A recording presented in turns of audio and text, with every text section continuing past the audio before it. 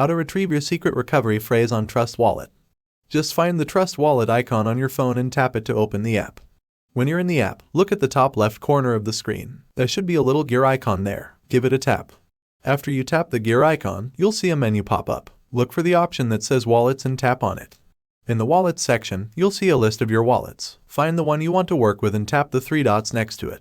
When you tap the three dots, another menu will appear. One of the options should say Manual. That's the one you want, so go ahead and tap it. Here's where you need to pay attention. You'll see some checkboxes with instructions written next to them. Read each one carefully, then tap on each checkbox to mark it. Once you've checked all the boxes, you should see a Continue button at the bottom of the screen. Tap that to move on.